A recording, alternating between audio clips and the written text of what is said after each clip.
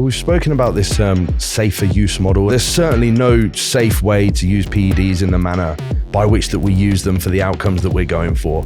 It's impossible, you know, and we all know that bodybuilding is a long game. I think maybe if I had to characterize it as anything, it'd be still getting you to the same place, but reducing some risk and negative health costs along the way. Joe Jeffery. Who is he daddy and what does he do? No, I promise I would say that at some point. Hopefully it's funny, guys. Joe, who are you? And why the hell are you on this podcast? Well, firstly, thank you very much for having me, Mike. I appreciate it. We took the long trip to come here, so it's certainly worth it. As Mike rightfully said, my name is Joe Jeffery. I'm an online physique coach. Actually, in 1 month, it's been a decade. Wow. Yeah, a decade of coaching competitors. So that's still my main gig. That's still what I do most of the time. We also have Physique Collective, the app, where all of our educational stuff goes on. I run that with Matt Strong. I feel like this is terrible already. Yeah, it's awful. You're the worst guest we've ever had. So, yeah, you're one of my top go-to guys and one of Jared's top go-to guys. And by one, I mean one of two, and really just pretty much the best at everything related to this entire field. Yeah, you're not here by accident. Where is your accent from? You from Ohio or something? I am from England. I'm from the Midlands, specifically Northampton. Northampton, yeah. Now, what kind of lot are you folk over there? What kind of lot? Yeah, that's right. I said it. What does that mean? So, like, you know, like, are you mischievous rabble rousers? Are you criminally prone? How much of Peaky Blinders is true? The people want to know. No, we're far away from Peaky Blinders town. Ah, shit. That's Birmingham. So our cameraman Jake that we got with us. He seems to be your cameraman. Jake's like a bit of a rough guy, isn't he? Well, he's a jiu-jitsu white belt. Oh. One stripe. Yeah. I knew I saw something in his eyes. Yeah. I'm a white belt as well. Oh yeah, you're doing the jitsing. Yeah. Amazing. 2-stripe white belt. Amazing. Yeah, I've been training for about a year. Very good. Yeah. We got to maybe get a roll while you're here. I did actually bring a couple of rash guards. Amazing. Yeah. Let's do it. You got Matt's here, haven't you? I do have Matt's in the room right over there. Okay. Yeah. I'm ready to get savaged by you. Oh, please. I'm mostly useless. We were talking about that on the way over here. Like, it'd be like rolling with a boulder. It's strange to roll with me. Yeah. A boulder that farts a lot and has terrible smell. No, that's like the special weapon. Yeah. It's very close to you, but you don't want him close to you. Yeah. I certainly never rolled with anybody that is remotely your shape. No way. Well, no, because you roll with like bigger guys, don't you? Yeah. But like, you know, if you ever roll with somebody so large that you can't touch your knees to the floor when you mount them. Yes. Yeah, I compete in ultra heavy, so that's all the guys. Yeah, but I've never rolled with a muscular person. Yeah, you know, Jake might be the most muscular person. Yeah, he's really jacked. Yeah, he's pretty jacked. Ex-men's physique competitor, and from Birmingham, which is like from Peaky Blinders. Excellent. It's actually nothing detail. like that. It's nothing like Have you been to Scott? Birmingham? Are you upset yet? Have you visited Birmingham when you were No. We go to the only place in England that matters. Well, London, Leeds, mate. Leeds. I'm kidding. London. I've never even been to Leeds. Oh, how dare you? There's tons of great people from Leeds, I can't think of a single person from Leeds. You are known for many things. One of them is having an eclectic ordination of tattoos. Face tattoos, yeah. Yes. You can do your psychological analysis. You look like a very hireable person on like a front-facing customer job, a Walmart store representative. But outside of that, you dabble in something called the safer use model of enhancement. What is the safer use model? How does it make sense? Why are you a proponent? And what are the other ways people go about taking drugs, putting them in their bodies to try to make their muscles bigger? Yeah, we've spoken about this quite a bit, this safer use model. And I don't know, I'm certainly not the first person to use that phrase. And I don't know if I would because of what it's sort of turned into. What do you prefer? And maybe, it's hard to say, maybe harm reduction. Harm reduction. Yeah, because when people hear the word safer use model, I think they infer safe. Right, they forgot the ER at the end. Yeah, so there's certainly no safe way to use PEDs in the manner by which that we use them for the outcomes that we're going for. It's impossible. You know, there is absolutely a deleterious cost no matter what way you go about it. If you're going to use supraphysiological levels of any pharmaceutical medication, you can expect that there's going to be a deleterious health cost. But safer, yes, it does make sense. But I think there was just industry issues with people using that terminology. And I think it also, alongside it inferring safe, I think it also, in my experience, turned a lot of people off to the message.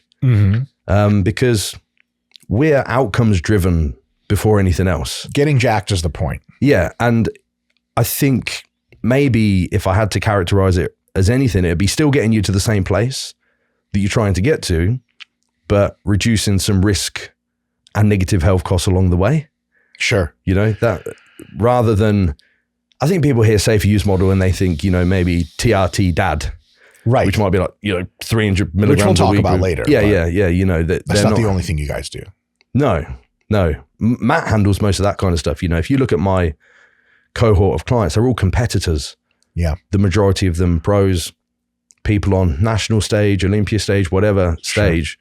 It's not like drug models for people that don't really want to do the thing properly. Right. It's more so maybe taking what we know works, because it's not hard to generate a works model. You know, take enough of anything, throw enough stuff at it. Right. It's going to work. Yeah. And many times it's not even about reducing exposure to, let's say if we characterize that as total milligrams. You know, if somebody is running 2 grams of anabolics, the safer use model may not be taking less at all. It may be just restructuring a stack design to be more favorable to support health outcomes as compared to whatever it was that they were doing, with significant reliance on ancillaries or something like that, you know? Yeah. I guess the way I can caricature it is the following.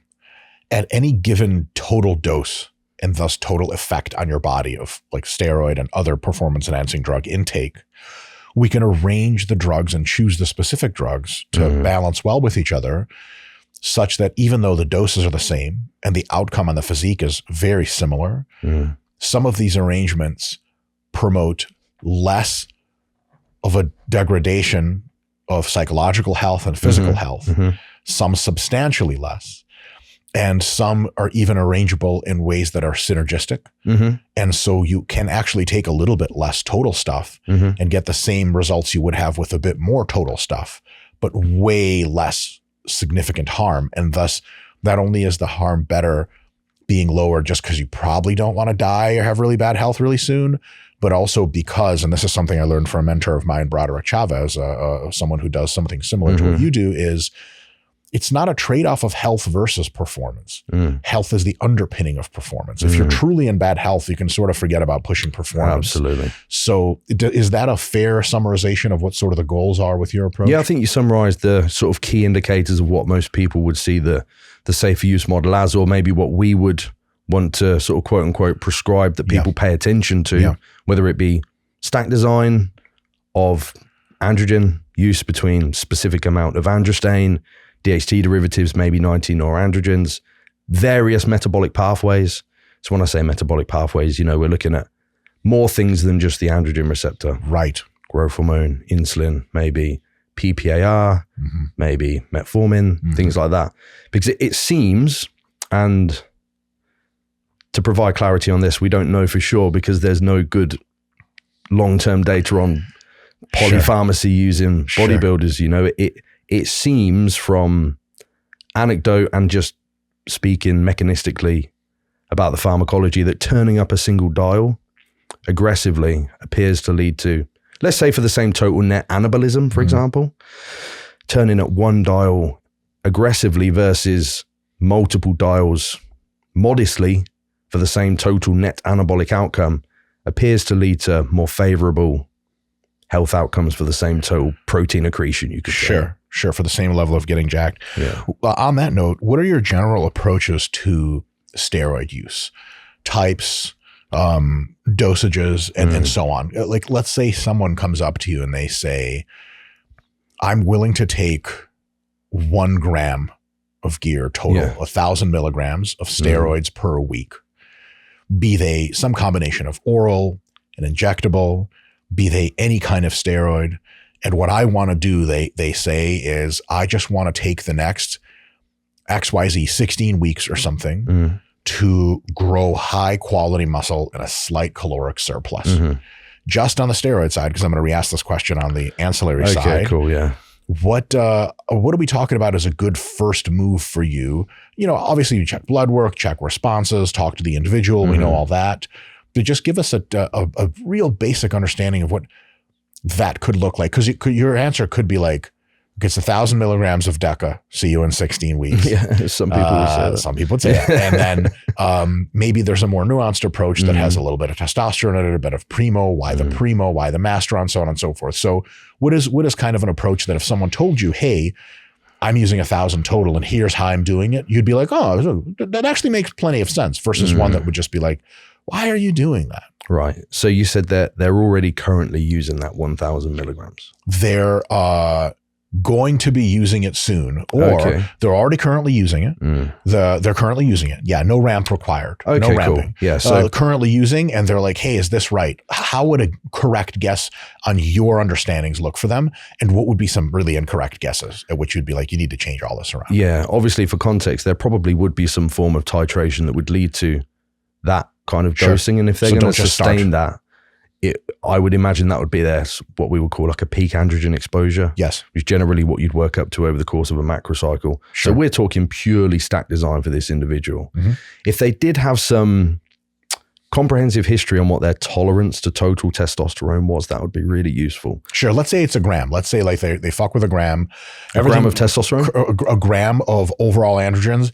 And from their experience, they can't really tell which ones are doing what. They just want to take the right stuff so that under the hood, all the right stuff's working. They don't know what affects their blood work. They hypothetically feel fine on anything between a gram of, DECA, even let's say they can handle a gram of tren. But like blood work wise, how was your blood work on that? I have no idea. Probably bad. They don't know. Yeah. So if they're using sort of multiple androgens, I would strip it back to a pretty basic, just testosterone and a DHT derivative. What's a DHT derivative and what are examples? So a DHT derivative, to keep it super basic, is a molecule that's been derived from DHT. It's not DHT though. This is key. It doesn't act like DHT. A lot of people confuse things like masteron and primobolan, which are both DHT derivatives, to be the same as DHT, for example, in the hair loss debate, because we know DHT, which means dihydrotestosterone, is responsible for a good portion of androgenic alopecia, not all of it though. Androgens in and of themselves play a part, scalp inflammation, etc. We won't get into that, but DHT derivatives like primobolan and masteron are excellent choices when it comes to, we say, reasonable amount of safety data. They're both approved for human use. They're both used in clinical settings. We've got decades of high quality literature of their use in humans, which is generally what I would prefer when it comes to compound selection, to be able to draw some reasonable, we'll say, outcome-based assessments. I'm not a fan of research chemicals in general, but I would say you can base that on your own personal risk factor. I wouldn't personally want to use something that has maybe made it to a single trial in a rodent. Better to use something with many human trials. Yeah, ideally. Okay. So there would be a DHT derivative in there, and we'll come on to the reasons to why that would be. And there would be testosterone in there. So testosterone, at least in my opinion, chief fundamental molecule of any good stack design. And actually, for context, if we're going to outline phase-specific goals, is this a massing phase, did you say? Yeah. Okay, cool.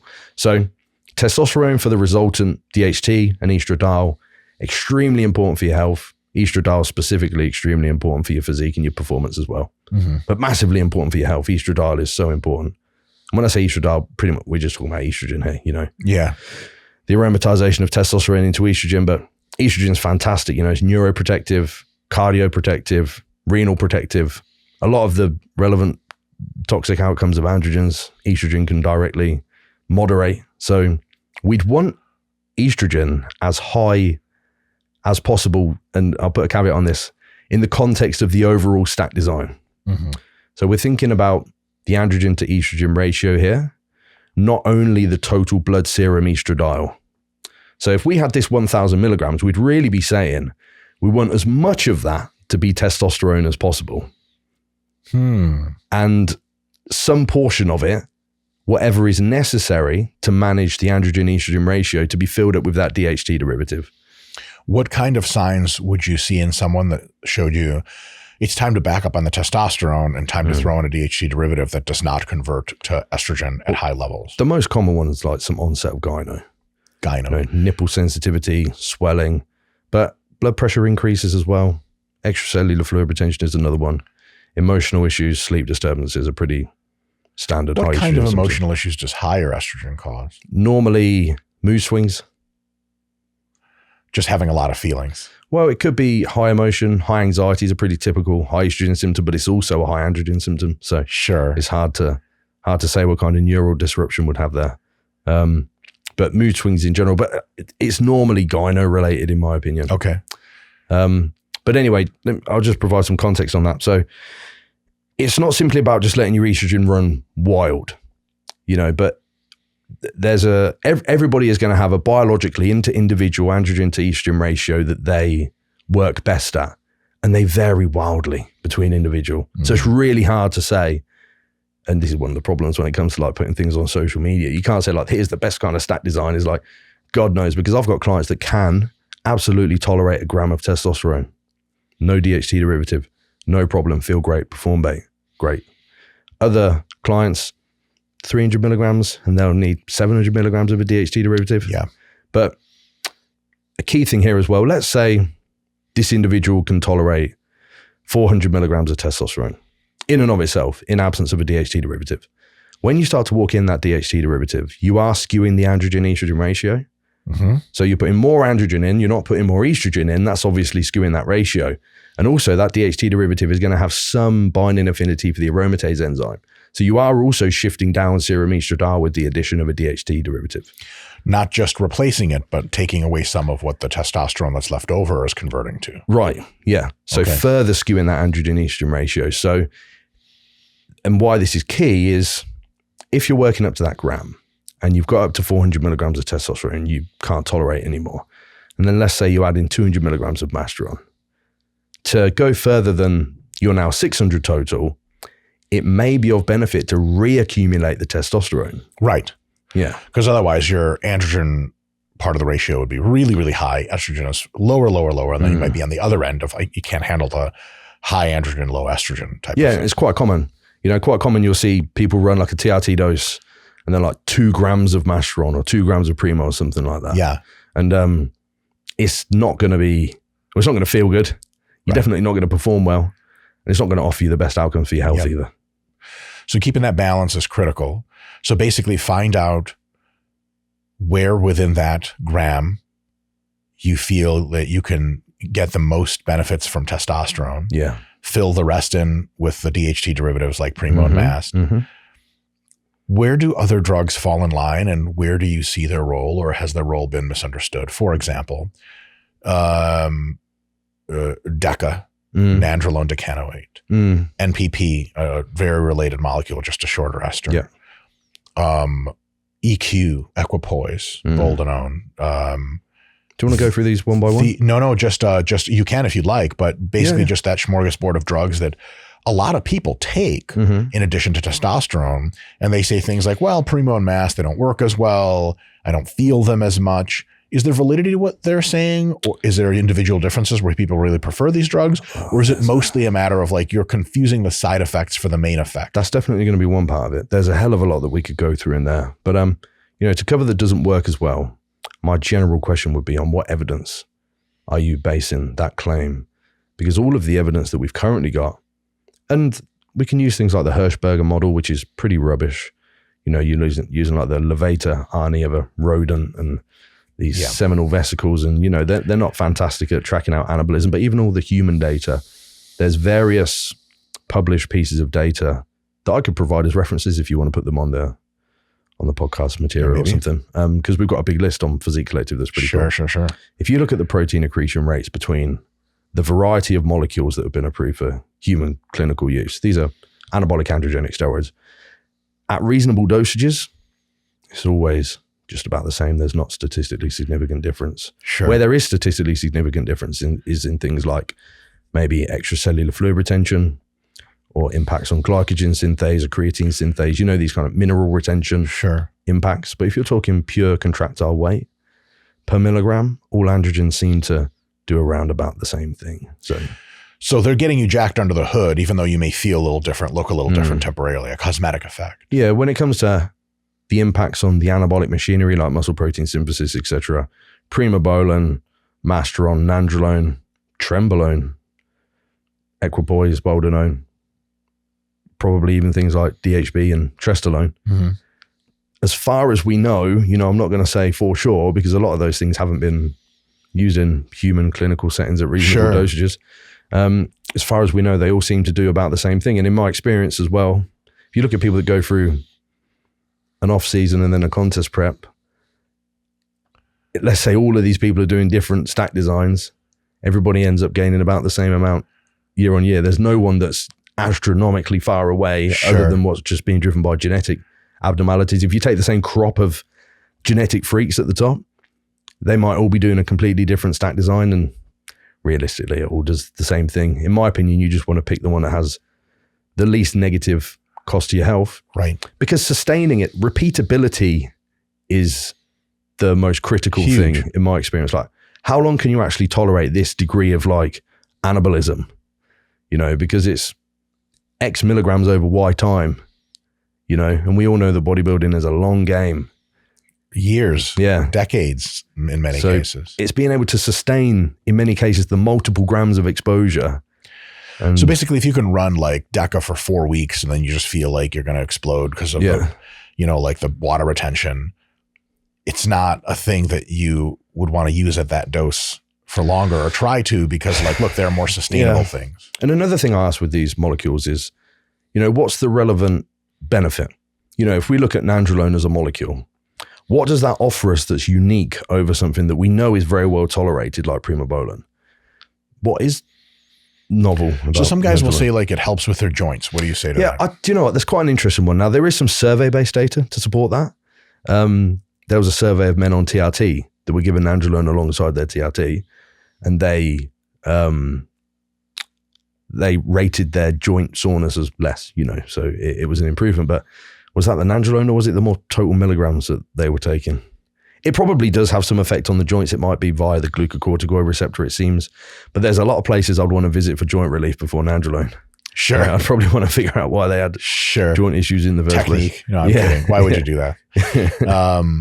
Okay, so your basic assessment is that while there may be times and places where you would use other drugs, a combination of as much testosterone as optimizes your estrogen and the rest filled in with something like primobolan or masteron is a kind of good place to start someone's thinking. Yeah, in a massing phase, because you don't need any specific action for like decreasing muscle protein breakdown, for example. Like, we're just talking about anabolism, aren't we? And the only way that anabolic androgenic steroids do that is via the androgen receptor. They bind at the androgen receptor, they transcribe anabolism, turn on muscle protein synthesis and mTOR and all this other stuff. That's the only mechanism by which all of these molecules do exactly the same thing. So if that's all you need, then it's a pretty simple outcome. Okay. We'll talk about the cutting phase a little bit later. For just this massing phase idea, what about peptides? Growth hormone is a peptide hormone. Yep. Insulin. Yep. And any other peptides and kind of hardcore ancillaries, because our next question after will be ancillaries. But growth hormone, insulin, and any other peptides you feel are valuable for that sustained use. Yep. Growth hormone, fantastic for a massing phase. So testosterone, we know for sure increases mRNA expression of IGF-1 in the muscle cell. So when we talk about IGF, everybody knows about IGF-1.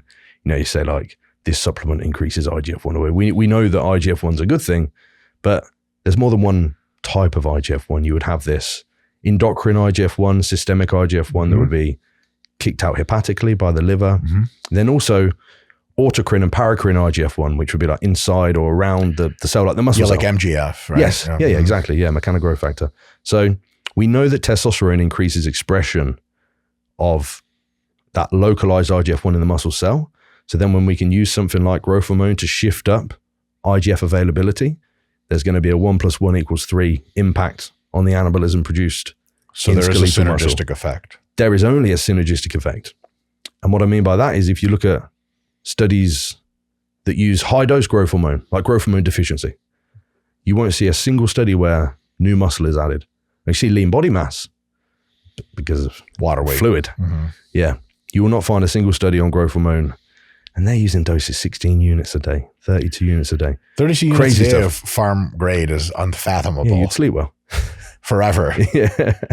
But you don't see any protein accretion. Interesting. Yeah. So growth hormone in and of itself is very anabolic, but it can't grow muscle. Yeah, it's a facilitator. Yes. And it needs testosterone and related androgens to power that pump. Yes. But once you have testosterone in the mix, in your mind, what is the amount of growth hormone that's reasonable?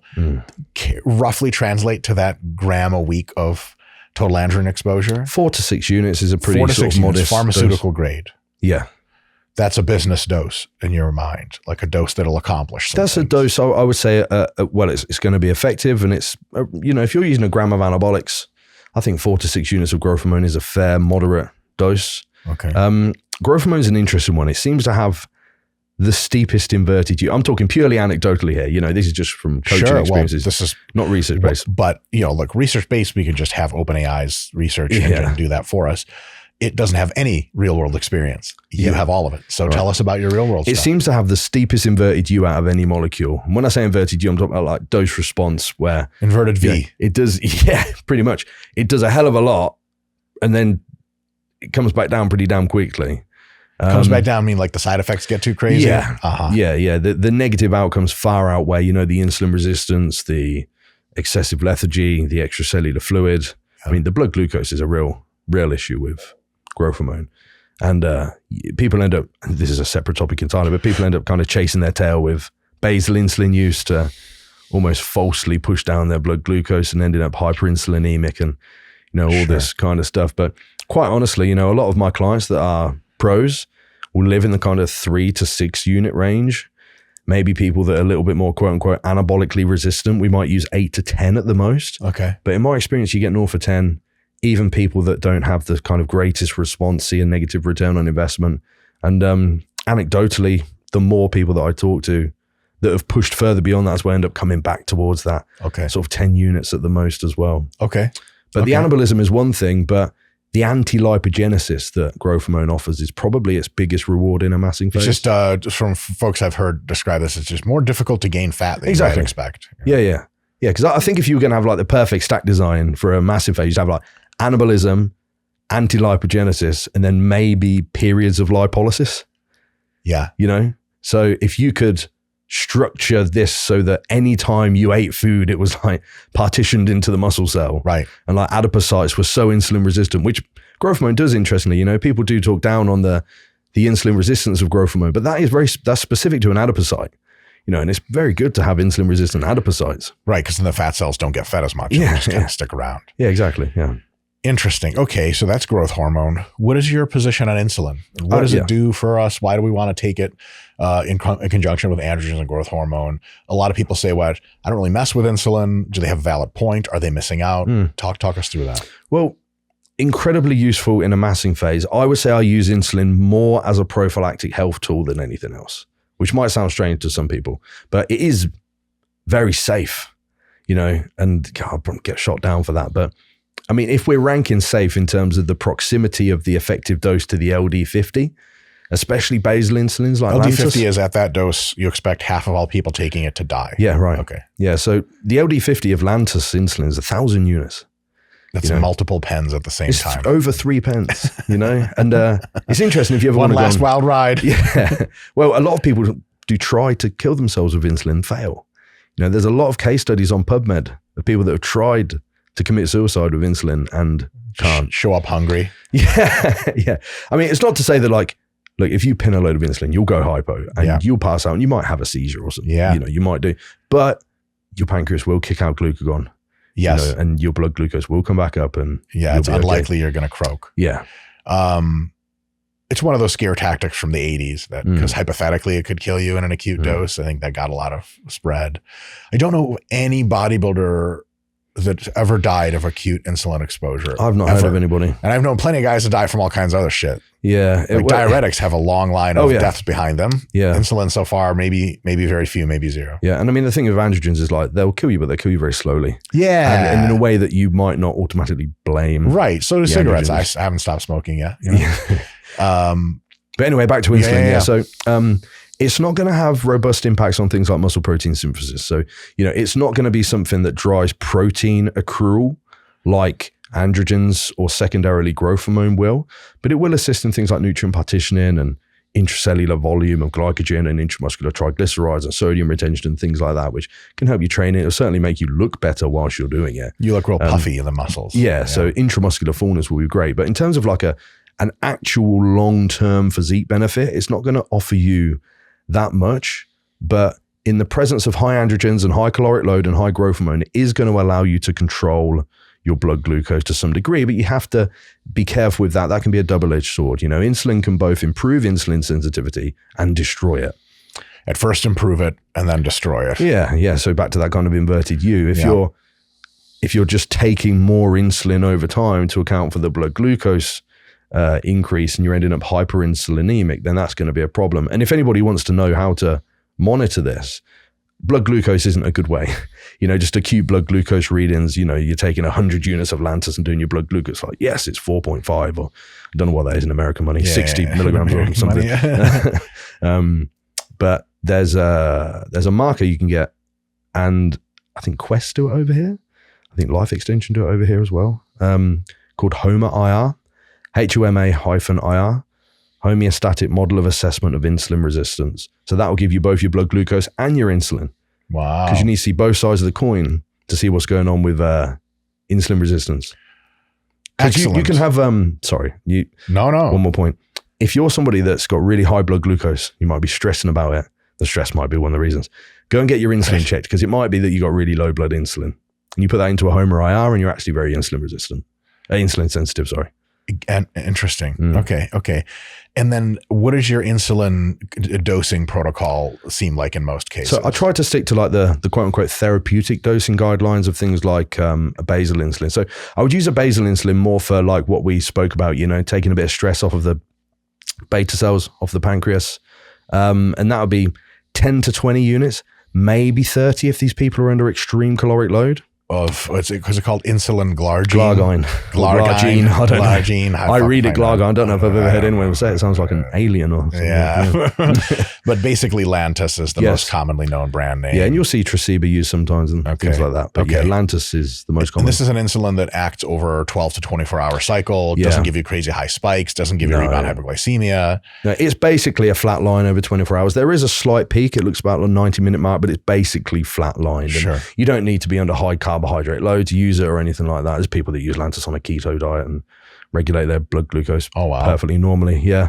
And then I would use a rapid acting analog, most notably around the peri-workout window. Like how? So, and this would be, if you're following a nutrient timing structure, which most kind of bodybuilders are, higher carbohydrate pre-workout, intra-workout, post-workout, I would typically time, and I do prefer the rapid acting. When I say rapid, they're not that rapid. There's immediate action and things like that now. Like, what's it called? This, I don't know. I don't use it. But the rapid acting analog, like a super fast acting. Yeah. I think it begins with L or something. But I see the greatest utility in the sort of area under the curve that you would get with one of the rapid acting insulin analogs, which is like 2 to 3 hours. So if you want to cover your pre-workout meal and your intra-workout, it works quite well. Okay. And then post-workout and maybe whatever meals after that is getting the kind of tail end of that as well. So this would be like a Humalog, or if you're in England, Nova Rapid. Okay. And 3 to 5 units pre-workout with your pre-workout meal, 3 to 5 units with your post-workout meal.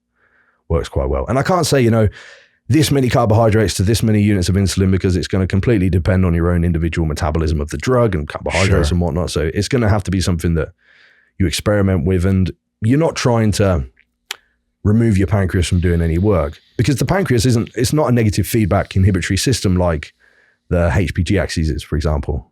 Interesting. I didn't know that. No. So if you take 20 units of Lantus, your pancreas, especially on your normal calorie amount, is kicking out a lot more than 20 units a day. Yeah. Oh yeah. So let's say it's kicking out 60. It's probably a lot more than that, but let's say 60. Well, it will just push out 40 and the 20 will sort of override. And that's what we mean by sort of taking the stress off. Interesting. And the pancreas. Yeah, literally the beta cells just need to produce less insulin. Very cool. And that's mostly during hypercaloric gaining phases. Yeah, I'm not less a big during fan. Maintenance, not at all during fat loss phase. No, and it's not to say you can't. You know, we're past the carbohydrate insulin model of obesity, but especially if you're using drugs like growth hormone or yohimbine, if these drugs have actions on free fatty acid mobilization and you want to take greatest advantage of that, the presence of blood insulin, blood glucose, blood amino acids, blood dietary fatty acids, they significantly attenuate the free fatty acid mobilization that can be driven by these drugs. Right. So you take growth hormone on a fat loss diet, the growth hormone helps release fatty acids in the blood. Other cells of the body use them up, and thus you lose body fat.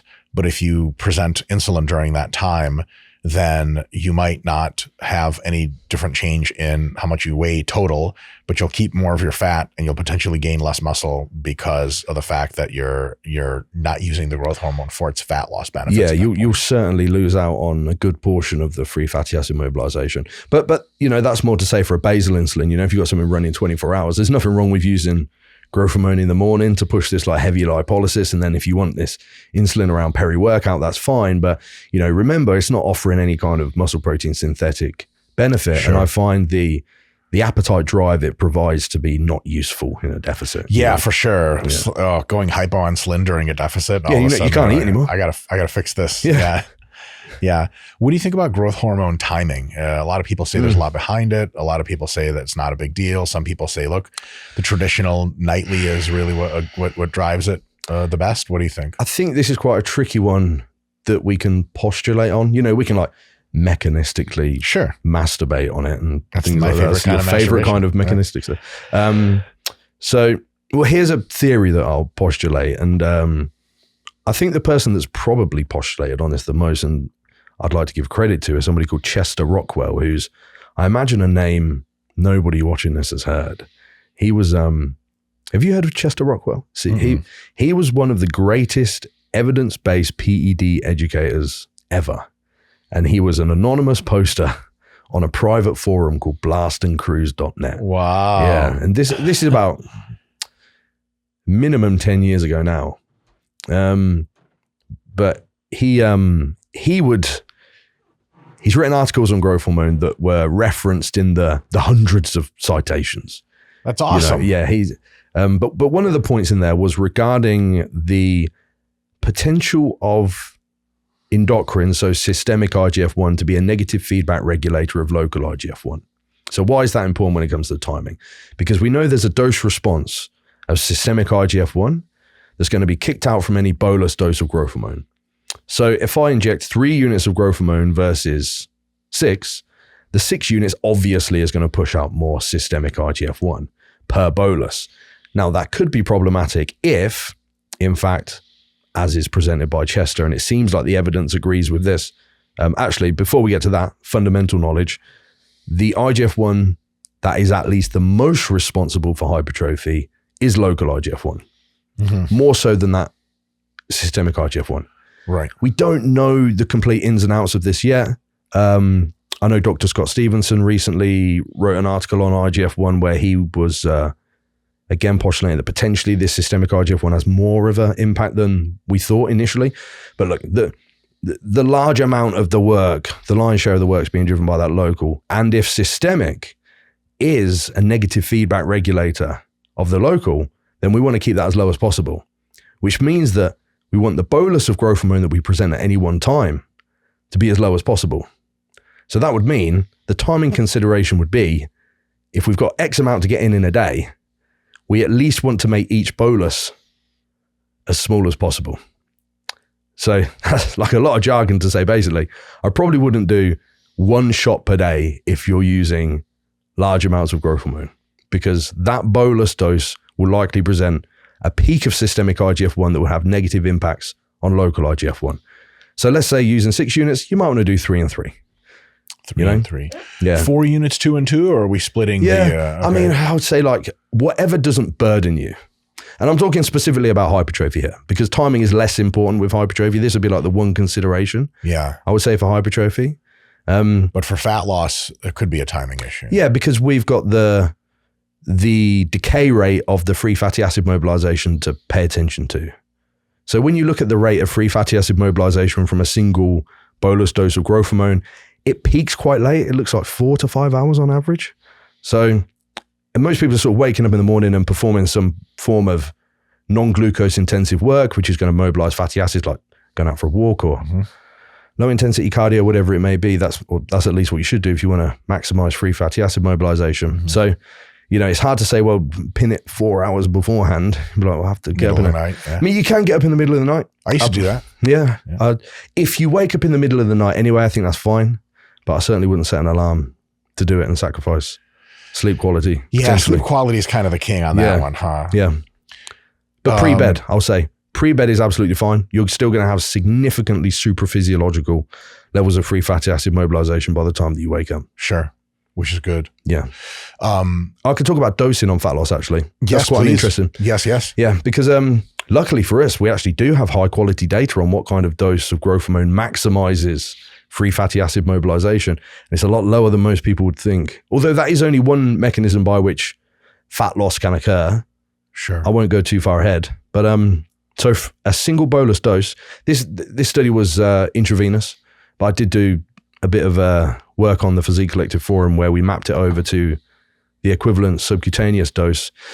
And it appears to be about 1.5 units per 100 kilos of body weight maximizes the free fatty acid mobilization that you can generate from any single dose of growth hormone. So spreading it out like 4 times a day out of 6 units. You could, but you have to be fasted. Right. So you're likely only going to get one dose that has a robust impact on free fatty acid mobilization. And you're going to maximize that outcome at 1.5 units if you're about 100 kilos, or let's say bikini competitor, 50 kilos, 0.75 units. But that's not to say that more doesn't result in greater body recomposition outcomes, because there's more to the mobilization, right? You know, you've got the metabolic flexibility outcomes, you've got the nutrient partitioning shifts like you spoke about, the insulin resistance of the adipocytes, more substrate to be partitioned to muscle cell, you know, things like that. That's obviously going to lead to recomposition. Yeah. But purely from this mobilization input, like 1.5 units is going to maximize it. So if you have a situation where you can get those smaller number of units into you a few hours before you do your cardio or you have your big fasting window, like let's say overnight, then maybe it behooves you to at least consider doing it at that time, as well as whatever other times of the day are convenient. Yeah, for sure. Yeah. As long as, you know, I wouldn't want to say someone pin growth hormone like 5 times a day. I think twice a day is fine for most people. Twice a day is fine. Yeah. Okay. Just do it when you wake up and when you go to bed, and you're going to nail off 99% of the big impact factors. Yeah. Sure. If I wake up and I go train and have carbs, do I still want to shoot growth then or no? When you wake up? Correct. There's nothing inherently wrong with that. What's the goal? Anabolism. No, it doesn't matter. What about the hyperglycemia being worse because I'm concomitantly taking carbohydrates? I've never seen any acute impact on blood glucose increasing with growth hormone administration. Okay. Not like it's going to shift up and then inhibit your ability to partition carbohydrate. In fact, it seemed like mechanistically quite the opposite, because the insulin resistance that it drives, at least acutely, is locally to adipocytes. And not to muscle tissue? No. Really? No. This is research confirmed. I can reference for you. That's really exciting. Over time, chronically elevated blood glucose will lead to insulin resistance. Of course. But the mechanism by which that presents is through adipocyte insulin resistance. Is it true that maybe one of the number one factors for long-term insulin resistance is actually your chronic body fat level? 100%. Okay. And so if you're chronically very lean, like all of these things are much more secondary. And if you're really trying to major in the minors, but you have 23% body fat all the time, then you really should be concerned. Yeah, I mean, like, I cannot tell you the last time I had a client that had a poor HOMA-IR or even an A1C or something like that. Even my clients using 10 units of GH. Guys that lift. Yeah. Guys that are if you resistance train, lean. sleep well, control stress, control your nervous system health, which is a huge one that most bodybuilders miss out on, and don't gain an unnecessary amount of body fat, a lot of this stuff you won't ever need to think about. Yeah. We have so much more to talk about. I'm glad you're here for a while. Anything to say about peptides? You know, my friend has a peptide store. It's called Dildo Peptides. .mom. I have to get Scott, was it .gov? .xxx.gov.edu. And he says I should buy peptides because he sells them and he likes money, but ostensibly there may be some benefits. And are there any peptides to you that are, let me give like, and this is a kind of a real talk thing because you and I have both been industry competitors and all this other stuff. To me, there's roughly like 3 categories of substance. Shit that fucking works. Shit that does under the hood good stuff for you. You can't feel it or tell, but trust me, it works. And then shit that people might be excited about, but doesn't fit into any of those 2 categories yet. And I just don't fuck with any of that shit. Yeah. Scott, I swear I'm going to swear less after this. It just had to be the real delivery. Does that make sense? 100% agree with you. And that's like something that relatively intelligent people in bodybuilding would eventually arrive at. Like, maybe, does this work? Yeah, maybe another category would be like things that come along that people are insanely attracted to. Yeah. And for some reason, a huge cohort of people say it works amazingly.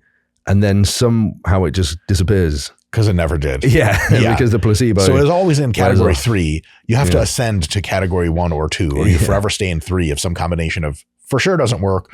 We just don't really convincingly know. Yeah. Is there anything in the peptide sphere that currently gets into the category of either fucking works or it works, but you're not going to feel it, but after months and stuff, you'll be healthier, leaner, your immune system will be stronger, whatever it is that peptides do. Well, GLP-1 and GIP agonists work.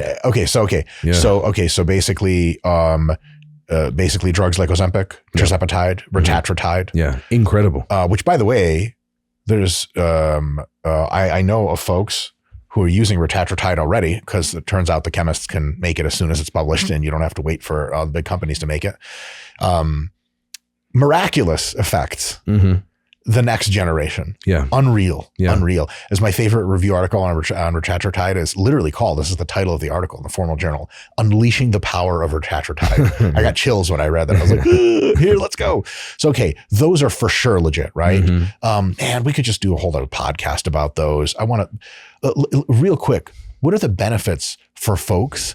If you're interested in appetite regulation, the new king is here and he is not retiring. These drugs will end any appetite you have dose by dose to where contest dieting just pisses you off because you can't think anymore and you can't lift weights because you're so weak, but you won't have appetite as a problem anymore. This is a solved problem in pharmacology. It's just like, I was reading a thing, not for me, of course, because your boy, I'm too erect, Joe. You feel me? I'm too much for these hoes out here.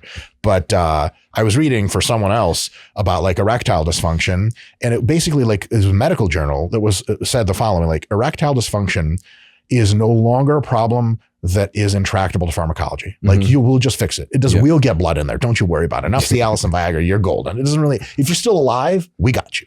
And I think for hunger, the at least 3 categories and classes of modern weight loss drugs, GLP-1s, GLP, GIP agonists, and then triple agonists with glucagon, which is retatrutide. Of course, there are others going to be in the mix. They've just solved the fucking problem solved, hunger.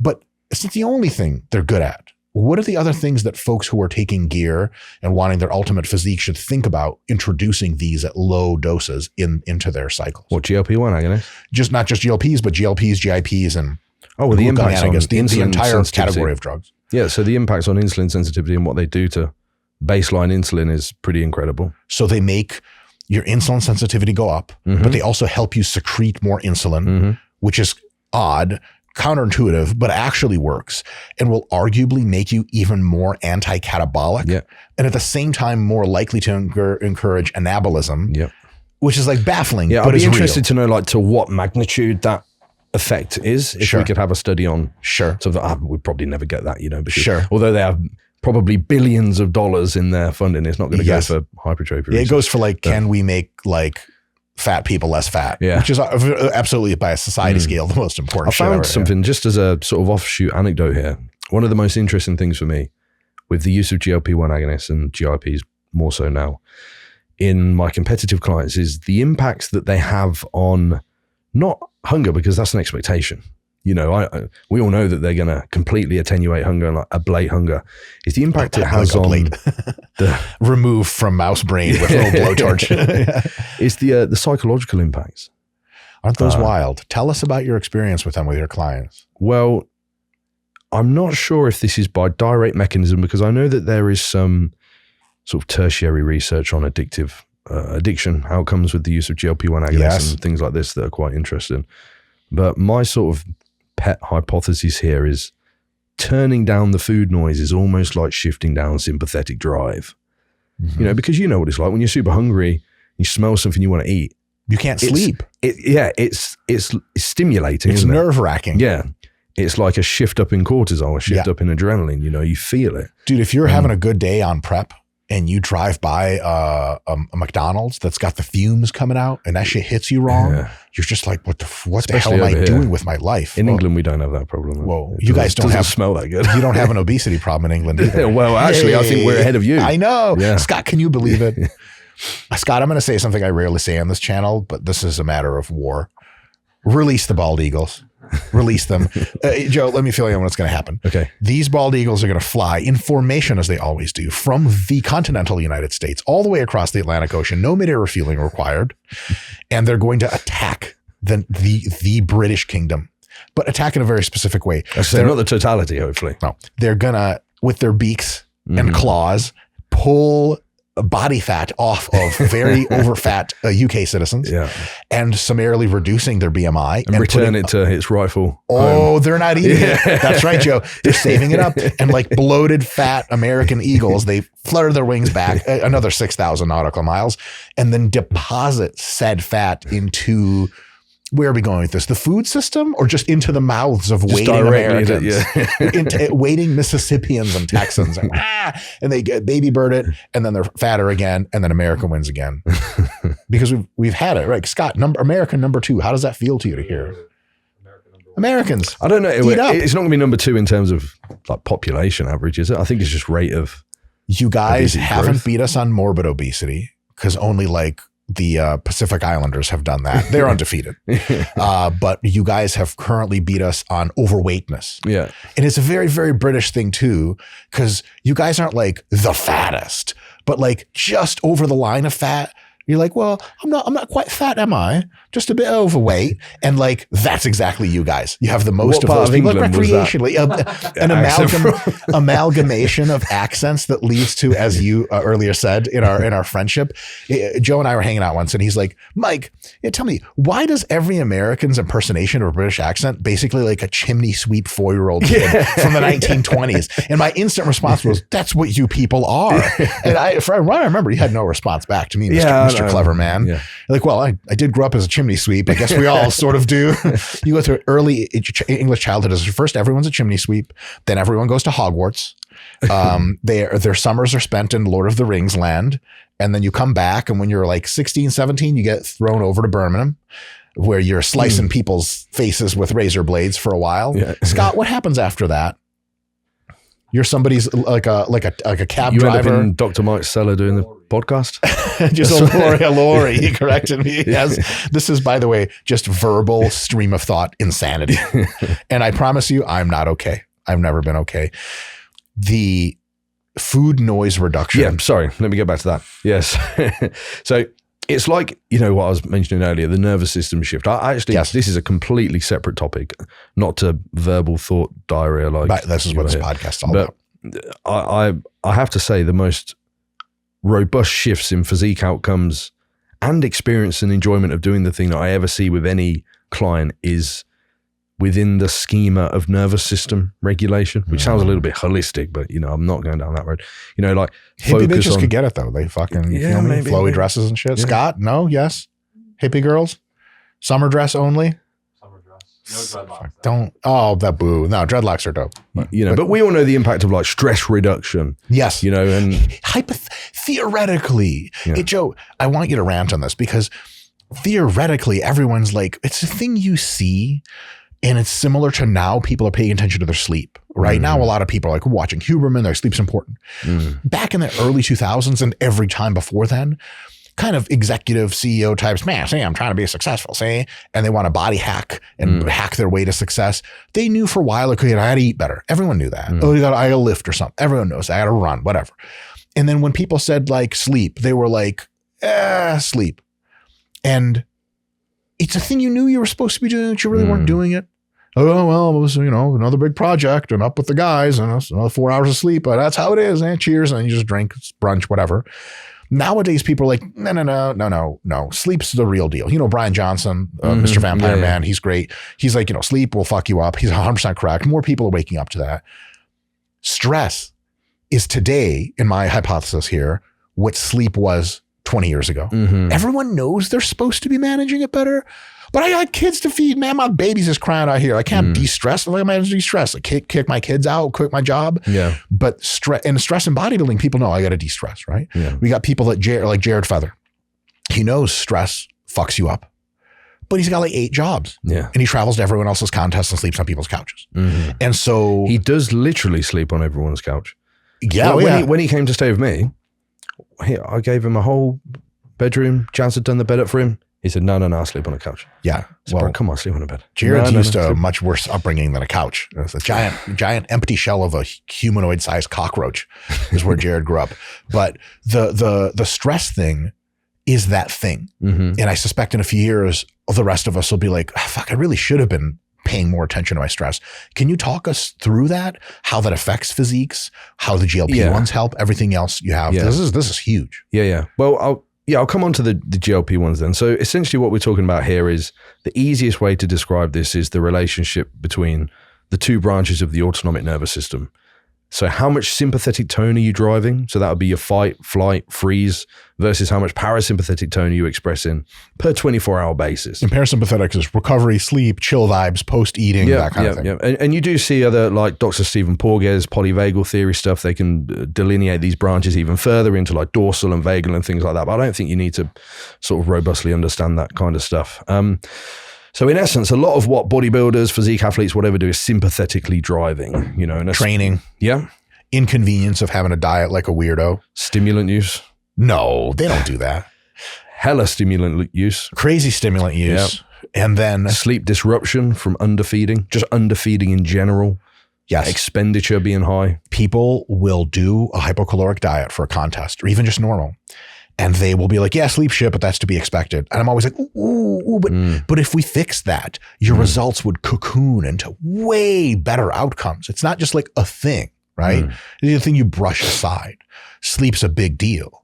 And it's a part of that stress cycle to keep you awake. And a part of that is, of course, hunger. But then there's also the pressure of competing, right? Like, people have that mission mindset where they're like, I'm in the hyperbolic time chamber of Dragon Ball Z. Like, I'm not allowed to feel happiness yet. That's after the show. And that fucks people up. And androgens. I've got a lot of hypotheses on androgens impacts neurologically.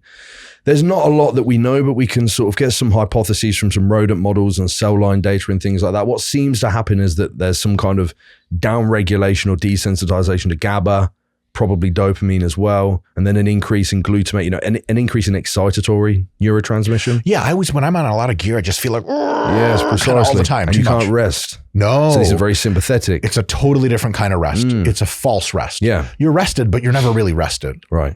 And over time, these things end up permeating themselves and resulting in huge issues. Like if you ever spend some time looking at like the chronic fatigue subreddit or MCAS, which is like mast cell activation syndrome, or ME, I don't want to say like the illnesses that don't really exist because that's well, you just did. You know what I mean? But like, I don't know how else to say it. But what we're really looking at here is like symptoms of nervous system dysregulation over a chronic period. Yes.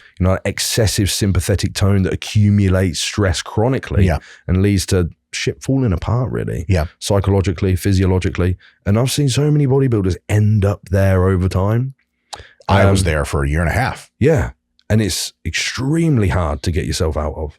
So one thing I do with clients and one thing I'd love to see from more coaches is a comprehensive, this is going to sound hella holistic, like I'm podcasting from Bali or something. I've just been to Bali, actually. Sure. Well, you Australian or something? Oh yeah, that's it. Everybody says nah, mate, Bali's fucked, eh? You wouldn't believe how many Aussies are over there.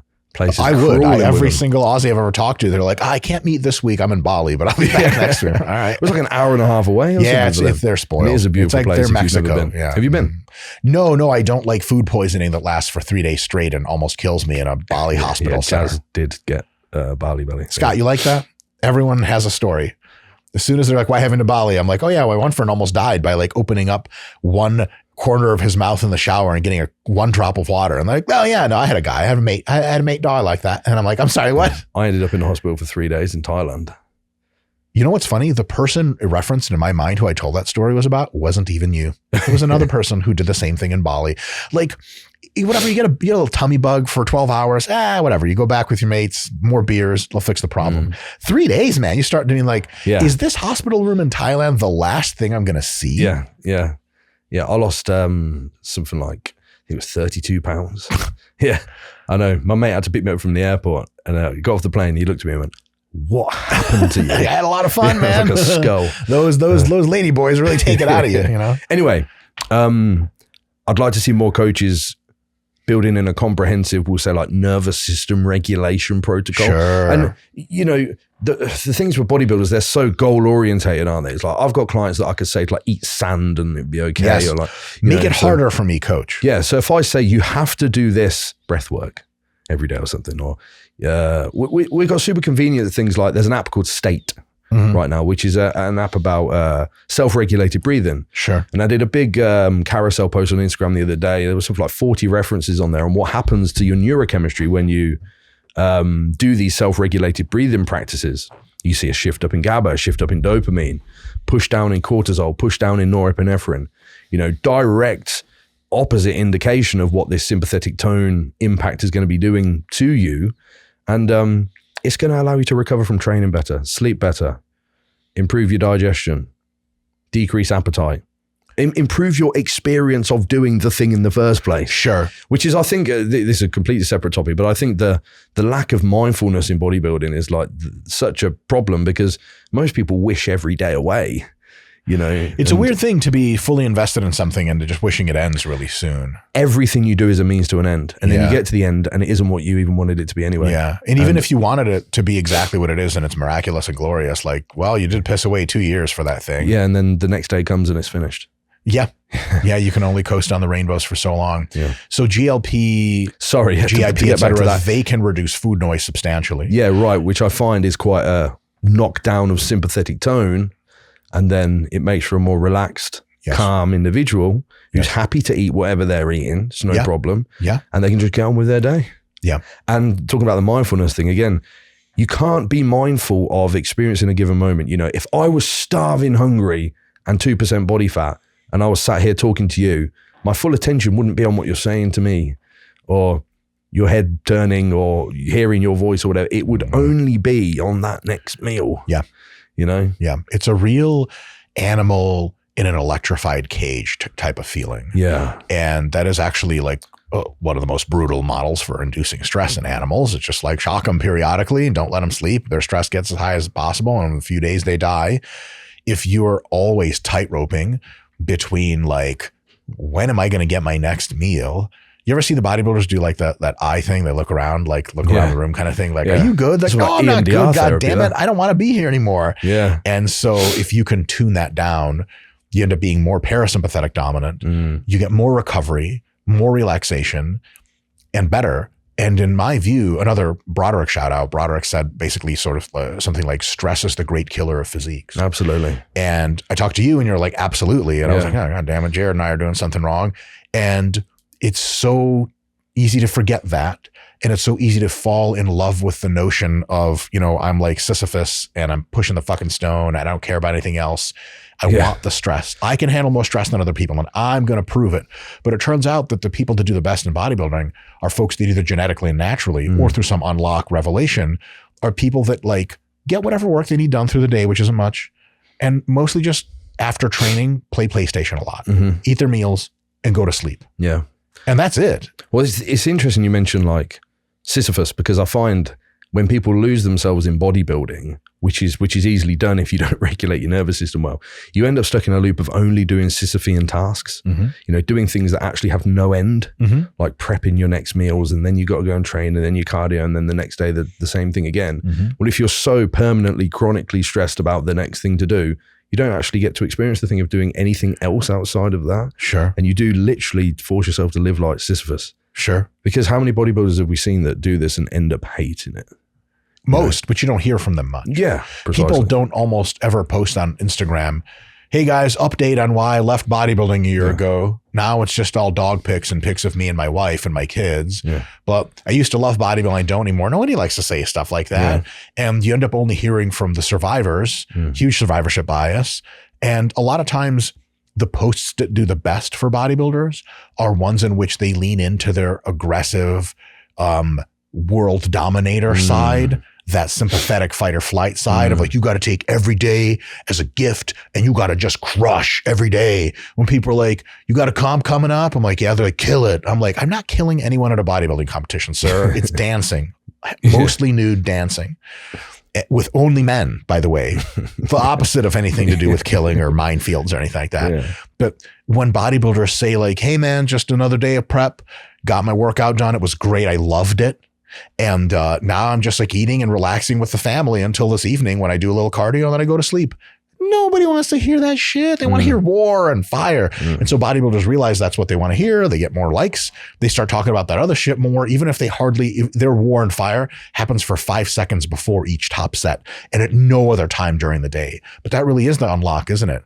To get that sympathetic action to only exist within the confines of right before your hardest sets of the workout and never again. Yeah, well, that seems to be the trait of a healthy nervous system. Isn't one that's relaxed all the time. It's one that can mobilize between sympathetic and parasympathetic as needed, you know, and that's something that working on these practices, like I was saying, if coaches can get their clients to have at least a few practices that they can include, like pre-meal, for example. There's an app called State that I was mentioning that's excellent for self-regulated breathing. And if anybody thinks this sounds too holistic, go ahead and look at my most recent post on my Instagram. There's hella references on self-regulated breathing. That's awesome. Yeah, meditation is absolutely huge. If you can build in a meditation practice daily, then it will change your life. Sure. And time in nature is another one that has solid evidence-based for lots of people, right? Yeah. Yeah. Just little things that if you can be parasympathetic more often, you probably should. Yes. And yeah, to get back to the point, yeah, GLP-1 certainly do that. They do that. They help. Anything else in the peptide space other than these to you is like one of those things? I mean, you got things like melanotan. Okay. Helps you get tan, improves your insulin sensitivity a lot, drops your appetite a little bit. Gives you a wicked boner. No way. Yeah, well, you know PT141, which is a molecule that's used for female, not female erectile issues, but female libido issues. That's a offshoot from melanotan. PT141. Yes. I'm going to scroll that down. Yeah, and you can get intranasal PT141. And what happens to... I don't know the mechanism of action, but I do know that if you take it at PM, AM, you'll... As a male. Yes. What does it do to the ladies? Probably similar. But with their lady penis. Yes. Yes. We are talking... Oh, I'm not going to say it. I was going to say we are talking bodybuilding, but... Hey! I love it. There's no such thing as your clitoris will never get too big for me, ladies. I'm a married man, but in another world, line them up. Yeah, apart from that, there's nothing to really sing the praises of. No, but it seems like a lot of things come along and go. You know, there's nothing that has been robust enough in human trials for me to be interested. Including SARMs for now. Yeah, SARMs, I do think, and I've said before, that non-steroidal SARMs will be the future of androgens. Yes. You know, one day we will have things that interact with the androgen receptor only in skeletal muscle or whatever target they want, and transcribe anabolism there in absence of any off-target androgenicity. One day we will have that. We don't yet. Have you seen the Regeneron studies? No. Regeneron Pharmaceuticals, and this is published work, I can send it to you. Please. Is now in stage 2 trials with a combination therapy for muscle accretion. One of the molecules is a myostatin inhibitor, and the other inhibits another pathway I got to read up on to make sure I don't say it wrong. But this drug was co-administered to primates during hypocaloric diets with and without semaglutide additionally. And so the primates that were taking just semaglutide lost a ton of weight, but something like a quarter, a third of it was lean tissue. The monkeys that had this combo drug therapy, this non-androgenic anabolic with semaglutide, lost like 1.5 times as much weight as the semaglutide monkeys, but gained muscle at the same time. the revolution is here. We just don't have access to it yet. But in literally 1 or 2 years, this thing is going to be market ready. Yeah. See, I wonder quite frequently when, even gene editing or something is going to... That'll be a bit down the line, but now the AI is here. I wonder about when bodybuilding is just going to be removed because anybody can look like that. My bet is within 5 to 10 years. Yeah. More like 5 to 7. Yeah. But it really depends on regulatory constraints. The only thing left in bodybuilding after a little while will be which muscles do you want bigger and which ones smaller? And then training will have a place. Yeah. Once training is no longer relevant even for that, well, then you just kind of look and take stuff to look like what you want to look like, and then cool, problem solved. You know what I mean? We can move on to other endeavors. Here's the thing, competitive bodybuilding might still be a thing. Then, the person that gets the exact proportions and exact look, artistry, 100%, which it already is, but it's mostly just people with shit genetics versus people with accidentally good genetics. Then it'll be like, well, actually, you can engineer your genetics to look like sort of whatever you want. Bodybuilding can still survive that. The training culture might be different. We'll see how that goes. Tons and tons of promising stuff, but basically for you right now, as of market availability in early 2025, Sarms and stuff like that, they're not as promising as they were touted. No, I mean, some Sarms got close, like Ostarine got pretty close. I think dosage is it was like maybe 300 micrograms, then 1 milligram, 3 milligram did well. And then I think it was anything over 5 milligrams. Sorry if I'm getting this wrong to anybody that knows I'm wrong. I do actually have a lecture on Physique Collective that goes through every single published study on Sarms. Oh, wow. Ever. If anybody wants to see that, it took me bloody ages. So please do watch it. Sure. And they all had off-target side effects above sort of 5 milligrams a day, which is so far below what we would need in terms of actions at the androgen receptor. So Primobolan and Masteron are the closest. I mean, they're Sarms. Sure. They're steroidal Sarms. Yes. So that's as close as we've currently got, and that's why they're still the first line therapy for people that are androgen sensitive, like women. Sure. Ancillary drugs. There are people who just take test, primo, growth, insulin, and maybe they'll take a GLP-1 agonist or something, or a modern weight loss drug for contest prep.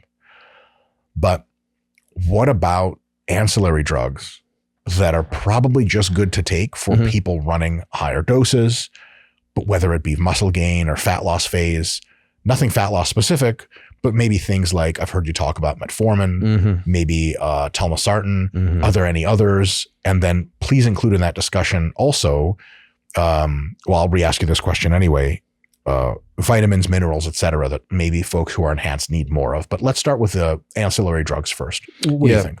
So there pretty much is only two that I would say have a cost to benefit ratio that would deem, I would say, feasible for use for any PED user. And that would be metformin. Like you said, it's a potent antioxidant and potent anti-inflammatory. Keeps you healthier. Yes. And oxidative stress is one of the primary chief negative impacts of PED use. Yeah. So we want to do all we can to control oxidative stress, and that would answer the question about vitamins and minerals that you asked as well. And then telmisartan as well, for sure, which is an angiotensin receptor blocker. So a lot of androgen users have escalated blood pressure. So it's going to be a much better option than an ACE inhibitor for that. But regardless of whether your blood pressure increases or not, there is angiotensin 2 escalation as a linear dose response to any exposure to androgens. And for anybody that doesn't know what that means, that essentially is going to lead to the majority of the negative cardiac outcomes you can expect, like ejection fraction reductions. The shit that kills you later. And telmisartan will mute some of that. Yes, a good portion of it. And not to say that you won't experience cardiac hypertrophy, because you will. Even natural individuals have cardiac hypertrophy. Of course, just athletes. Yeah. But it will at least quench a solid degree of the androgen-mediated increase in angiotensin 2. Yeah. So just those two? Yeah. Okay. What else would there? Well, Scott has got it's not like a chem lab. It's in a trailer. It's not like, basically is meth a drug that we can take that'll also help us bodybuild? Well, it depends on your definition of meth. Especially in America, there's a lot of dopamine agonists being prescribed left, right, and center for ADHD. All that too. Talking about mixing it all up, Joe. It's all amphetamines, isn't it? That's all it is. That's what I tell my dealer / doctor. Same person. Okay, that's actually really helpful. Metformin is it going to cost me muscle growth? Because I've seen studies, quote unquote. Explain that to me. You definitely haven't seen studies because, well, that's why I said a lot of people. Yeah. So a lot of people do say that metformin will negatively impact your ability to gain muscle because of its signaling of these, should we say, catabolic pathways? Yeah. You know, AMPK, the dominant catabolic pathway. Or the attenuation of mTOR. And it does that in the liver, but no one ever reads that far in the abstract. Right. Luckily, we actually have data on what isoforms of AMPK metformin activates, and it's not the isoforms that are in skeletal muscle. So it just straight up doesn't cause muscle loss. And we've also seen this in the hundreds of millions of people that have taken metformin in the clinical population. There is absolutely no description of muscle loss, which would be curious. These people also don't train. If anyone's going to lose muscle, it's going to be them. Yeah. That's nice to know. So metformin's nice. Metformin, obviously dosage is something like 500 milligrams AM, 500 PM. I mean, even just 500 milligrams PM is enough for most people. It's enough for most people. You can crank up to a gram, especially if you've got sort of oxidative stress mediated issues like acne. Very common one. Yeah. Oh, it'll help with acne. It's a first line therapy for acne. It's why it's used in PCOS very frequently. Will it help me be less ugly? If you have acne. Thank you, Joe. Scott, you're no help. Why are you laughing back there? How are you going to help me out my ugliness problem? If you're a black belt and it is incurable. You're muscular, it doesn't matter if you're ugly. That's what I'm going for. Yes. I couldn't manage to do the muscular one, so I'm trying to do the other one. Beautiful one. Well, you're well on your way on both, I must say. Vitamins, minerals, other things, OCT, here's what I've heard. Ashwagandha. Sounds like a fine-ass black bitch to me. What's up? But does she do anything helpful for humans? Do we want this in our system? Another quick couple, and then I'll let you go off. Ashwagandha, CBD, right? Vitamin D, magnesium, zinc. Let's go through one at a time. All the stuff. We need Don't to worry do about 5 parts of this if you want to start talking about nootropics. 100%. The neuroscience stuff is really interesting. So ashwagandha, or its patented forms like Sensoril and KSM-66, it's basically, it appears to act like a positive allosteric modulator of GABA, which is a lot of words to say that it basically increases this inhibitory signaling, which is why people associate it with rest and relaxation and sleep and whatnot. So can it be useful? For sure, yeah. If you're somebody that is anxious or has high stress or high cortisol, is what it's marketed as, something that ablates cortisol, like that and Relora are the most commented. I looked into Relora after you recommended it. Right, yeah. I would love for you to talk about Relora. I started taking it, and I notably feel better on Relora. Excellent. That's GABA. Which for me is unusual, because most supplements I'll take and I'm like, this fucking does nothing. I'm throwing it away. Yeah, well, that's GABA. Yeah, okay. It's a pretty potent like GABA activator. You have to be careful with GABA because, you know, Xanax is the drug you guys have over here. We don't have that. We have a lot of Xanax in America. So that's a direct agonist of the benzodiazepine site on the GABA receptor. So, fucking with GABA will give you worse withdrawals than any drug on the planet. The withdrawals are literal hell. It's like when you're on it, you feel like you're in a warm comfort blanket.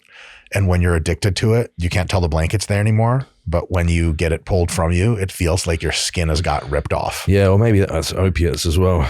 Oh, yeah. We don't have a problem with that in America. Scott's from you have less rural Pennsylvania. He's never seen any problems with opiates or Xanax. To him, this is all like, you might as well be like fucking the Wizard of Oz talking about nonsense. You have a lot of oxy here. I don't even know what you're talking about. Luckily for people, kratom is legal here. Is that luckily? But doesn't kratom fuck you up? Isn't it also addictive? Oh, it's very addictive and it will give you withdrawals, but it's never killed anybody. Okay. You can't overdose on it. And it's a very safe transition from pharmaceutical opiates to people that are stuck on them. And I'll say not at their own fault, because that's the majority of them that have been prescribed these things. Sure. Yeah. So kratom, it's a partial agonist of the mu opioid receptor. So, I wouldn't advise somebody that's never had a drug problem to go and start taking. Don't start using kratom. Yeah. It's not going to enhance your shit. If you use opiates and you suffer withdrawals when you stop use, or you don't want to taper or whatever, I would go on record and saying absolutely use kratom to either taper or just use it in place of. Yeah. Like, for example, my dad, he's got nerve issues. He had an operation that went wrong, left him paralyzed, but a long story. He's prescribed tramadol, like 300 milligrams a day. And tramadol is an opiate, but it's also an SNRI, serotonin norepinephrine reuptake inhibitor. The withdrawals are terrible, but he doesn't know what he was doing. you know. So now my aim is to get him stable on something like kratom. We call it kratom in England. I call it kratom. Oh, good. Also, I'll say that then. But anyway, we went completely off topic there. GABA and KSM 66. Yes, absolutely. But we don't have long-term studies on ashwagandha. I think 12 weeks is the longest. And I think up to 600 milligrams per day. Clearly safe and well tolerated by those individuals. If you spend too much time on Reddit, you'll see some crazy stuff with people. Like what? Reddit's got no... Scott, can you believe this? It says Reddit has crazy stuff on it. Reddit is... It amazes me, Reddit. I think it's so interesting. People being their real open selves. It's the largest crazy echo chamber of placebo effects I've ever seen. Oh, I'm sure. You know, it's like ashwagandha gave me erectile dysfunction for 2 years, you know, or I took ashwagandha once and then I've been having panic attacks every day but really there's nocebo. Highly unlikely. Yeah, but you know, people say they have withdrawal effects or paradoxical effects and things like that. I can't say that I've ever seen that happen to anybody. And you've coached a lot of people. Yeah. So yeah, it works well. But there's a ton of nootropics that we could talk about that I think would be more relevant to bodybuilders using that, are specifically looking to control maybe glutamate imbalances. I'm really interested in like actoprotectors like bromontane. Okay. Especially like intranasal bromontane. That's something that upregulates tyrosine hydroxylase, which is the enzyme that produces dopamine. So it's not a direct dopamine agonist. Okay. But you can increase total neural dopamine, you could say, with... What would that make a person feel like? So it's got anxiolytic effects, meaning anxiety reducing somebody. And it would be more sort of good mood, goal-orientated, but not stimulatory. But the main point here is that it's neuroprotective. It is neuroprotective. Yeah. So tell us about neuroprotection and why some of the supplements we'll be talking about are big on that. Why is that?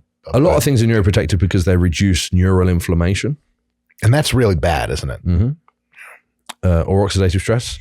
Or some of them just directly work against some of the desensitization and downregulator to receptor sites that you can see with excessive use of other pharmacological agents. Like you mentioned, opiates or GABA agonists and even adenosine agonists like caffeine and things like that. You mentioned magnesium. Magnesium is an NMDA antagonist. So for tolerance of caffeine, for example, you will decrease your tolerance to caffeine if you take NMDA antagonists, especially potent ones like ketamine. Oh, shit. Yeah. Well, you can't really do much after you take ketamine, huh? Not for, it depends on what you take. You know, hours. Yeah. So if you've ever done a big injection of ketamine, that's something. It's a lot of sitting down on the floor. If you like your psychonaut experiences, that's one that... oh, really? It takes you places? Yeah. Is it addictive?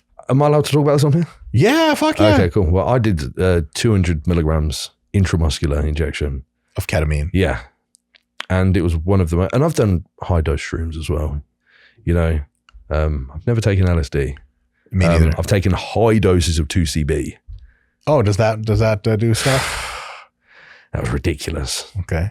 Ridiculous. The time that I did 120 milligrams. I mean, your average recreational dose is 20 to 30. Nice. Me and the cameraman Jake thought it'd be a good idea one day. That was full scale DMT-like visuals. Breakdown of the visual field. Yeah, okay. Like shapes and colors. I remember I looked at my friend's wall and it just went open, and the Tokyo scenery came through and swirled. And then I turned around at Jazz and she was looking at me she wasn't actually laughing. Yeah. And then she said to me something about I've turned the clocks back, and I looked at the clock and it was spinning backwards, and then the sun came back up. This was at night time.